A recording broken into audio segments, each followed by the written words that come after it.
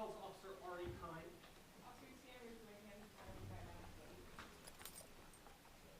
You do solemnly swear or affirm, under the pains and penalties of perjury, the testimony you're about to give in this action will be the truth, the whole truth, and nothing but the truth, so help you God? Yes.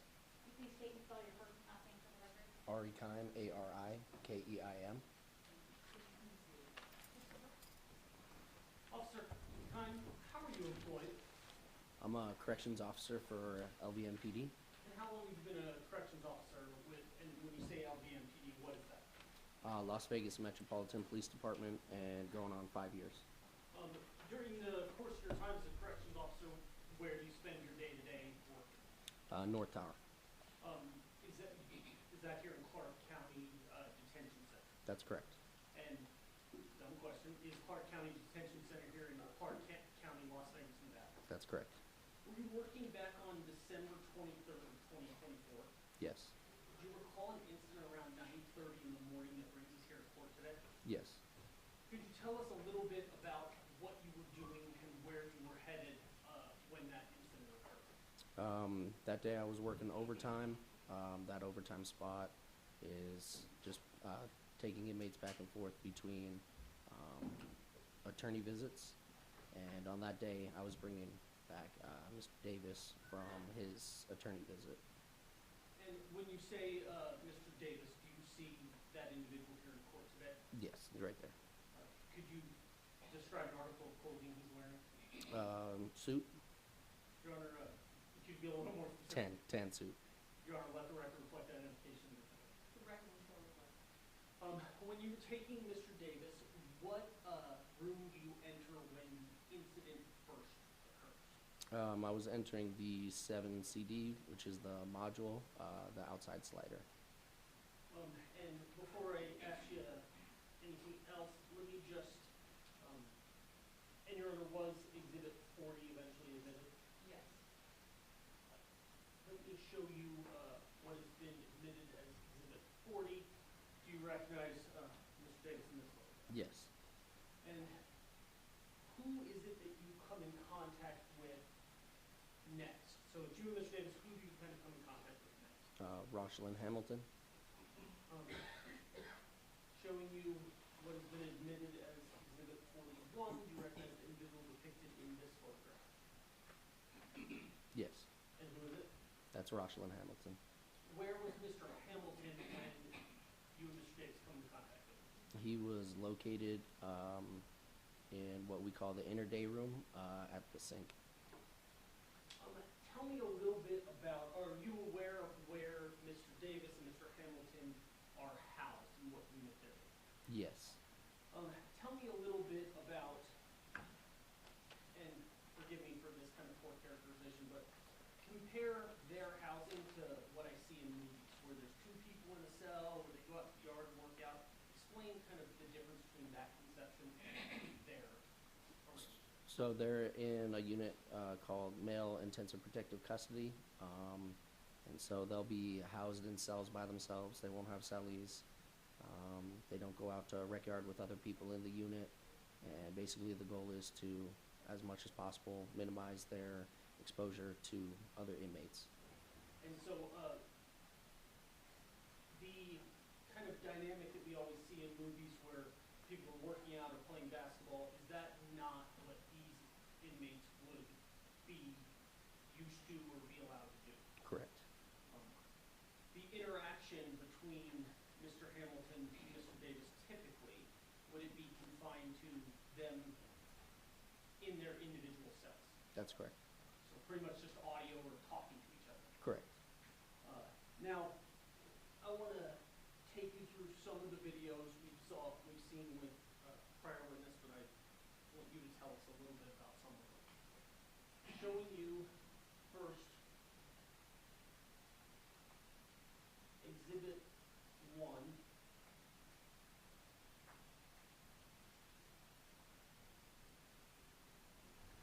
And I'm going to move to about the 2-minute and 5-second mark. And I'm going to pause it. What are we looking at the 2-minute and 5-second mark? You could explain. So at this point, I'm standing behind Mr. Davis. Mr. Davis is entering the day room. the inner day room, and we're, making our way towards the 7CD or 7D side. Now, we keep hearing 7C, D, and then 7D, 7C. Explain that dynamic to us. Explain 7C, 7D, and then the two together. So the module itself is 7CD, but the unit is broken up into two sides. So on the left-hand side, you have the 7D side, and on the right-hand side, you basically have a mirror image of that unit on the other side there. And this room that we're going into, is that one that is shared between 7C and 7D? That's correct. So you can enter to this room from both, like both sides? Correct. It's like in the shape of a Y. That's Oh. how I'd explain that. Would this be the center of that Y? Yes. What do we see you yet in this image? I'm standing right about to enter the slider there. Now, as we see, who is it that's in front of you? Mr. Davis. Is it customary or normal that Mr. Davis would be entering the door prior to you? Yes. Why? Due to safety concerns, one of the big things is we don't allow inmates to walk behind us, just, so they don't catch us off guard or try to jeopardize our safety. So nothing about this is unusual as far as Mr. Davis entering the room before you? No. I'm going to go ahead and play from that point. I'm going to stop here at 208. Officer, what do you have in your right hand, and what are you doing? It's called the locator card, and I was looking down at the bottom of the locator card. It'll have their housing, so their unit and what cell number they are. So at that point, I was just looking down and confirming which specific cell that he was in on the 7D side. And when you say he, Mr. Davis? Mr. Davis, correct. Would it also have a photo of Mr. Davis? That's correct. Now, when we saw you outside that door, and then even right now, did you have a good visual or a clear visual to the other person you eventually come in contact with? No. Can you explain why? The way that I was standing outside the slider there, you can see that support pole that's there. That's like directly in line with the view of the sink from the slider. As you're walking at this point in time, have you yet noticed that Mr. Hamilton, or Mr. Ashley, do you know the other person in this room? Not at this point. Oh, so I meant, who is the other person? Oh, yes, Rochlon Hamilton. Have you yet noticed Mr. Hamilton in this room in real time? Not at this point, no. Now, is there any rule prohibiting you from looking at the locator card for Mr. Davis to know what cell to take him to? No. Now, sometimes, I admit, at textbook driving, you're not allowed. You can look at the card while walking, fair? Correct. Now, I'm going to pause it here at 2:12. Just 4 seconds later, what have you done at this point? What are you starting to do again? I was looking at the locator card. Have you yet noticed Mr. Hamilton? At this point, no. As I round that pole there, I kind of noticed him out of my peripheral, and then So I'm gonna play. You tell me to stop when in real time you either heard something or noticed something. Okay? right there. What did you hear or notice? Rochlon Hamilton, he said, he basically said, "What's up?" to Mr. Davis, and he responded back with, "What's up?" And then that's when the fight took place. So Mr. Hamilton says, what's that phrase again? "What's up?" Does Mr. Davis say anything in response? Yes, he says, "What's up?" back. So both of them just say, what's up? Correct. When they say that, do you have time to register another person is in the room? Initially, when I heard the other voice, that's when I, recognized that. Court question, Mr. Holt. When I say register, have you yet had time to separate or do anything in between the entities? No, at this point, we're fully inside the unit. Explain to me, we stop this, we're using still photos. Explain to us the actual time that elapsed between what's up, and contact. I would say less than 2 seconds.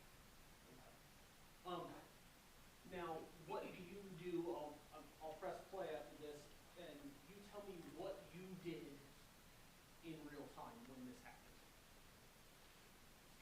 So they start fighting. I radio that there's a 416 and 7 CD, giving them verbal commands to stop fighting. They don't stop fighting. I deploy my OC spray to attempt to get them to stop fighting, to which they continue. Backup here arrives. I holster my OC spray up. I grab Mr. Davis. The other two officers are grabbing Mr. Hamilton, and as we're trying to separate them, they're both, still trying to grapple with each other. That's why you'll see a little bit of time lapse before they actually get fully separated. Okay, I'm going to stop here at 250, this view. And while I go to the next view, I want to ask about something you said. You said that you holster your, what was that? OC spray. Why, is that why we don't see you go hands-on with the other two officers immediately? Correct. Explain to us so we understand why is it you have to holster something prior to getting hands-on with inmates? So there have been previous incidents in the jail where people will. Nothing to do with this case, right? This is just why you're doing it? Correct. All right, sorry, go ahead. There's incidents that happen, in the past where people will just kind of place their taser to the side or toss it and just kind of get tunnel vision on what's happening in front of them. And, if there's other inmates around or even that inmate, that you're having a situation with could potentially get a hold of your taser or your OC spray. And obviously that causes safety issues. So is that why you have to holster that before getting with the Correct. individual? Eventually, do you and the other officers go hands-on? Correct. While going hands-on, do Hamilton and Davis separate? Not initially, no. What do they continue to do? They continue trying to throw strikes and grapple and hold on to each other. I'm going to move to Exhibit 4, which is just kind of a zoomed-in version of what we just saw. Playing from the beginning.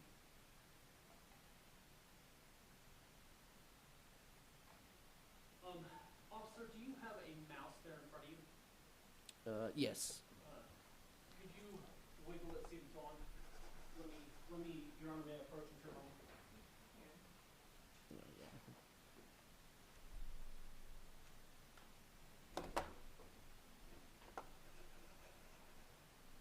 Officer, tell us where you and Mr. Davis were headed initially. So initially we're headed to this door right here, the 7D side where Mr. Davis was housed. And are you looking up or down at this point? At this point I'm looking at the locator card. You're not playing on your phone or your watch, you're looking at the cards? So. Correct. Does Mr. Davis continue with you to the door, or does his progress change? It starts to change at this point. He starts to kind of turn towards Mr. Hamilton, which you can see by the way his stance is starting to change here. Now, is it fair that you can't get inside Mr. Davis's mind and tell us which direction he was going? Correct. However, when looking at his body, are you able to tell he's no longer at least progressing with you? Correct.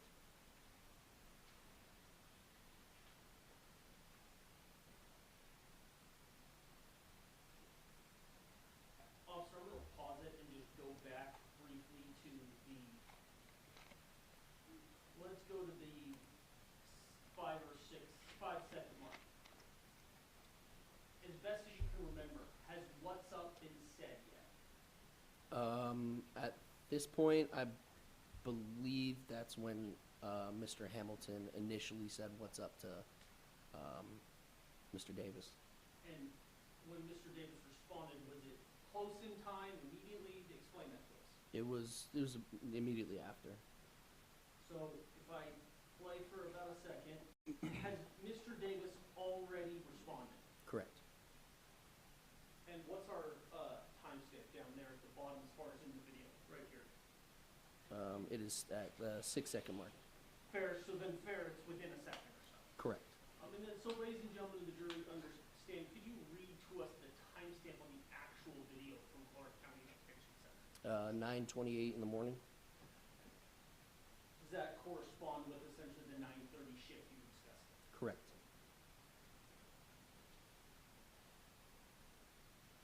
I'm going to go ahead and let it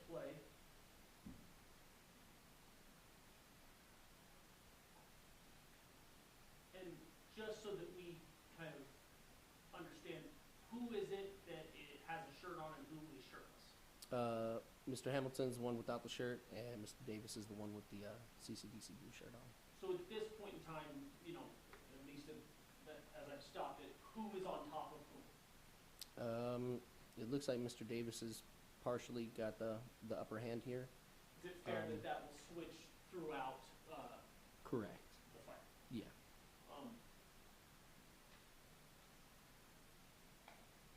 What are you doing? Are you just wiggling your finger here?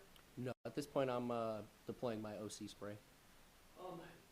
Are you doing anything contemporaneous with deploying the OC spray? I'm sorry, could you reword Have that? you said anything out loud? Verbal commands, yes, telling them to stop fighting or they'll be sprayed. Now, I know we're kind of using inside court appropriate voices. Are you saying it in a normal tone, or are you doing something else? No, I was yelling it.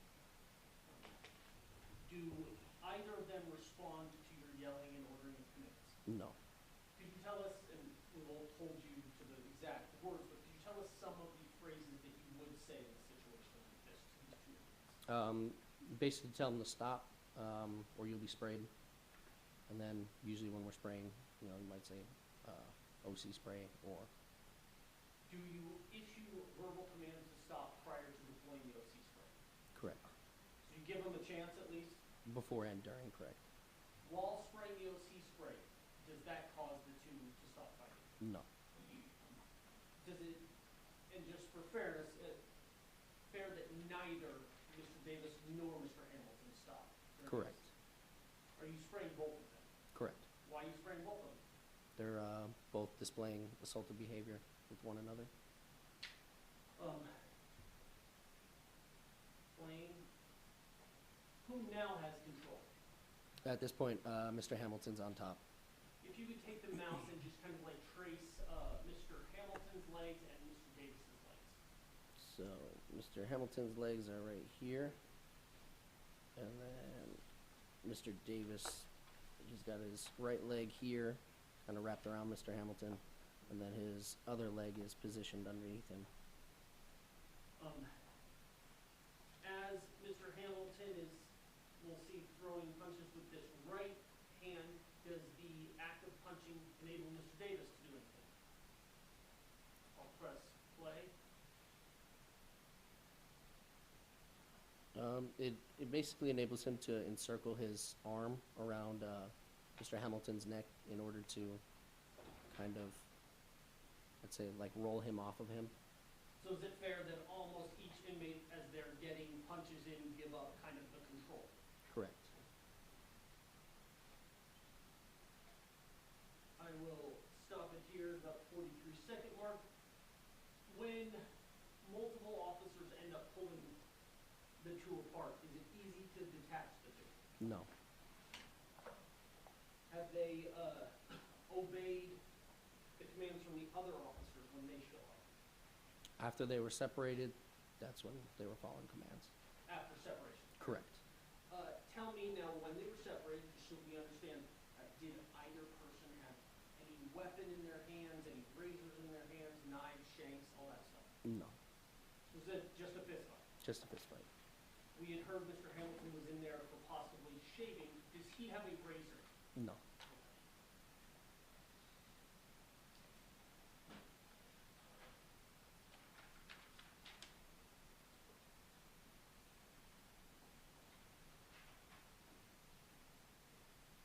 Showing you a portion of Exhibit 3.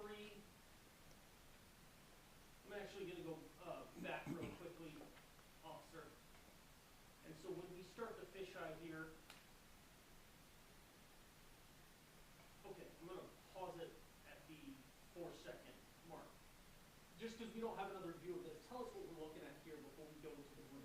So this is the 7D side. This is what we would call the outer day room.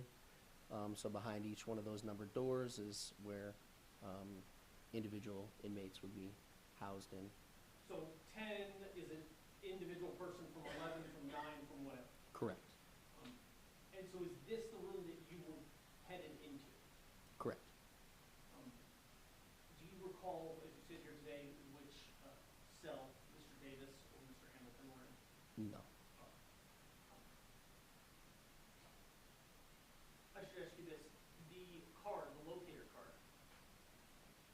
fair that throughout someone's time at CCDC, they might move to different cells throughout their time? So you can't always just say, oh, that person's 722. Correct.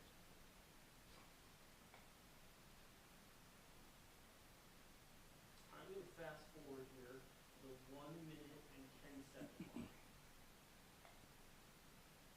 Are we able to see you at all in any part of this video? Yes, I'm located right at this point in the slider, and Mr. Davis is located to the left side here. So are you just looking for your key card to open up the door? What's happening here? So at that point, I'm just standing, waiting for control to open the door because we don't have access to opening those doors. Explain that to us. Control or? Yeah. So explain that you can't just open this door. Correct. What is control? So control, they're an entity within the jail, and they control any kind of freedom doors or exit doors to modules. And there's a button next to each one of the sliders. So when you press the button, it'll make like a ring sound on their end, and then that's when they'll check one of the cameras, make sure it's an officer standing at the slider there, and unlock the door. So before you enter, if we were to kind of pause here, are you able to have a clear view to that safe where Mr. Hamilton is? No. Again, use the mouse, show us what you can. Show us what's in vision. This support pole right here.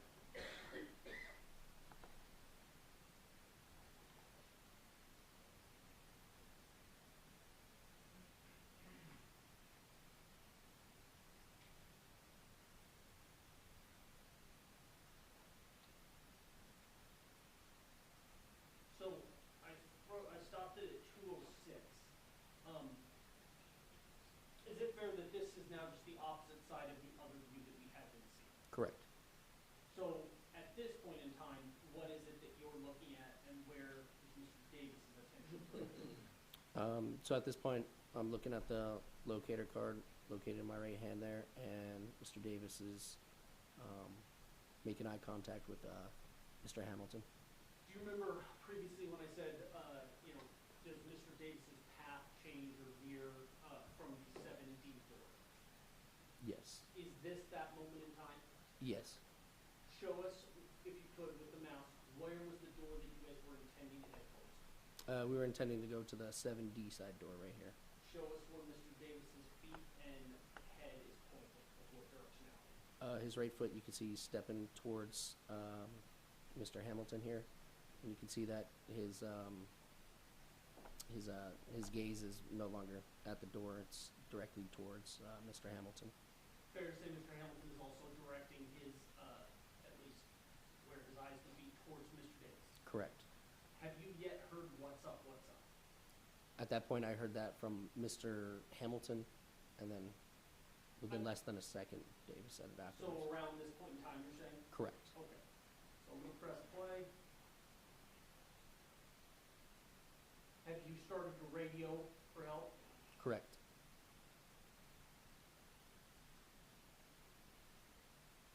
Okay. I've frozen it at 218. When we see the officer in the upper left portion of this video come, where is that person coming from? He is coming from the 7C side. And now, where will other officers come from? What directionality or doors? They'll come from either the slider here that control has open, or what we like to call the bubble, which is where only officers are authorized to be in, which separates that from a different unit on the other side.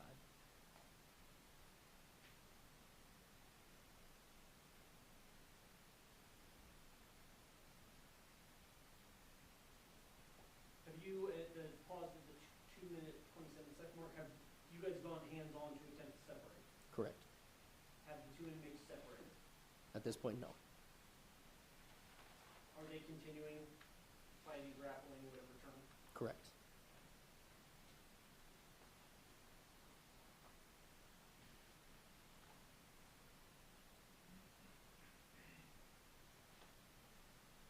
Eventually, they're able to be separated, Correct. and I will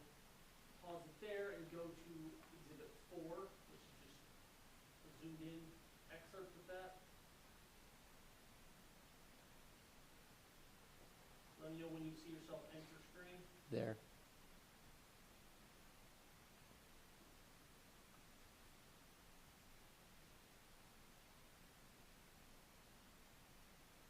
Is it fair that you've watched this video multiple times? Correct. Are you ever able to tell us who strikes who first, who, you know, had a higher lean towards the other person? Not really. They both, pretty much showed assaultive behavior right off the bat, which assaultive behavior for us could be, doesn't necessarily have to be throwing an actual strike. It could be just balling up your fists, taking a fighting stance. That's how we define assaultive. Okay, let me ask you that then. I just want to back up. And we'll pick on both guys here just for this purpose. Correct. If I pause it, let's just say right now.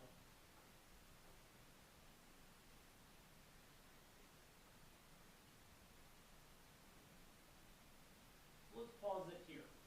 I know we can't really see either guy's hand in this motion, but let's pretend Inmate Hamilton's fists are completely balled and you see it. What would you do? I would treat that situation as assaultive, so I have different options that I could do. I could either go hands-on, OC spray, taser. If you had seen even the balling though at this moment, would you get in between those two? Correct. And let's say, again, when we get to Officer or Inmate Davis's hands had been balled right here, would you also try to get in between the two? Correct. Okay.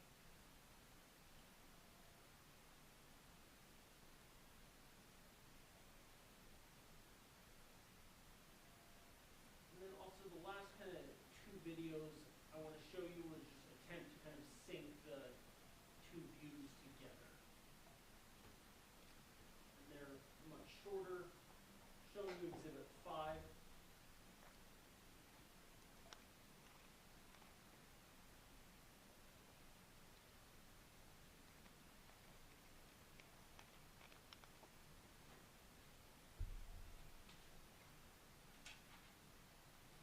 Do you have any time between the phrases what's up, to get in between the two inmates? No.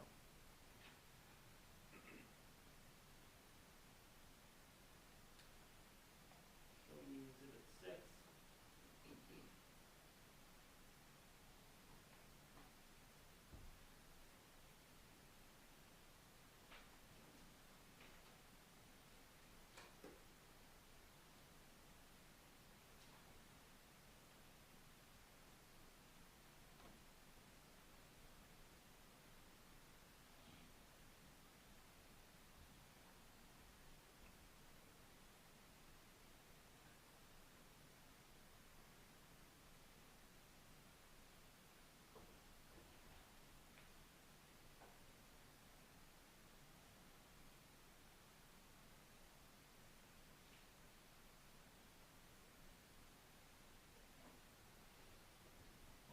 Officer, I'm going to go to Exhibit 12.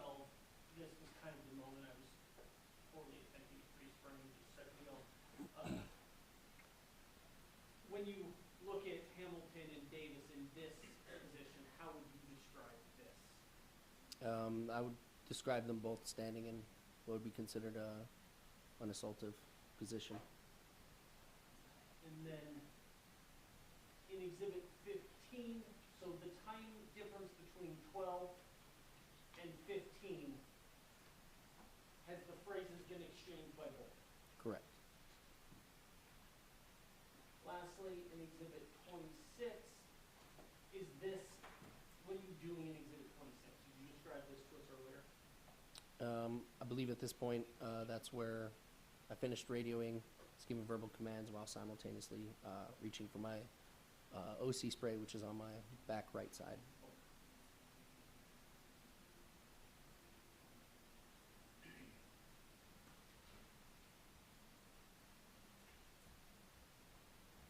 And